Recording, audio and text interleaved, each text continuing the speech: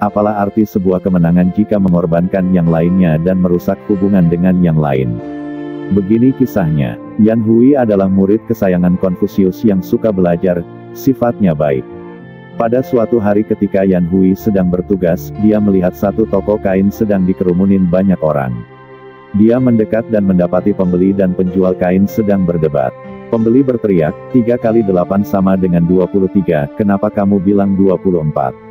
Yan Hui mendekati pembeli kain dan berkata, sobat, 3 kali 8 sama dengan 24, tidak usah diperdebatkan lagi. Pembeli kain tidak senang lalu menunjuk hidung Yan Hui dan berkata, siapa minta pendapatmu? Kalaupun mau minta pendapat mesti minta ke Konfusius.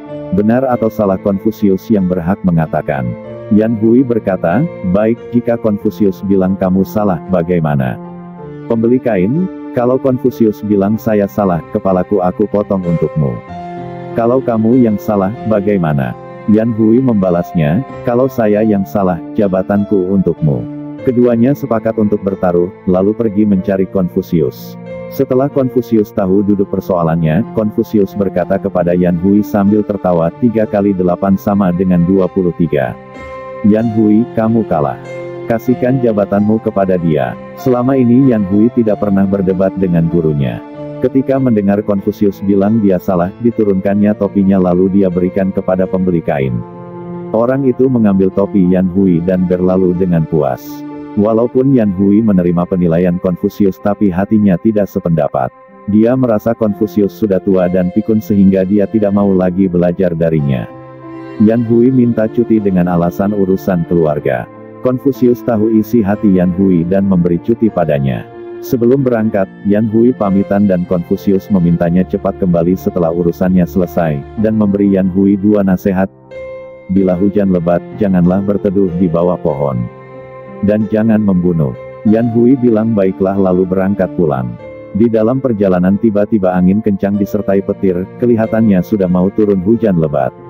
Yan Hui ingin berlindung di bawah pohon tapi tiba-tiba ingat nasihat Konfusius dan dalam hati berpikir untuk menuruti kata gurunya sekali lagi. Dia meninggalkan pohon itu. Belum lama dia pergi, petir menyambar dan pohon itu hancur. Yan Hui terkejut, nasihat gurunya yang pertama sudah terbukti. Apakah saya akan membunuh orang? Yan Hui tiba di rumahnya sudah larut malam dan tidak ingin mengganggu tidur istrinya. Dia menggunakan pedangnya untuk membuka kamarnya. Sesampai di depan ranjang, dia meraba dan mendapati ada seorang di sisi kiri ranjang dan seorang lagi di sisi kanan. Dia sangat marah, dan mau menghunus pedangnya.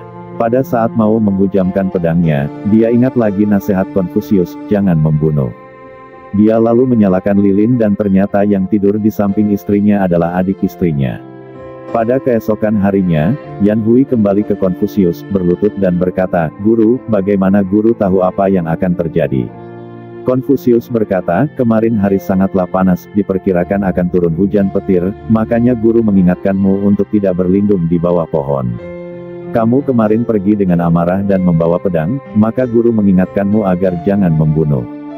Yan Hui berkata, Guru, perkiraanmu hebat sekali, murid sangatlah kagum.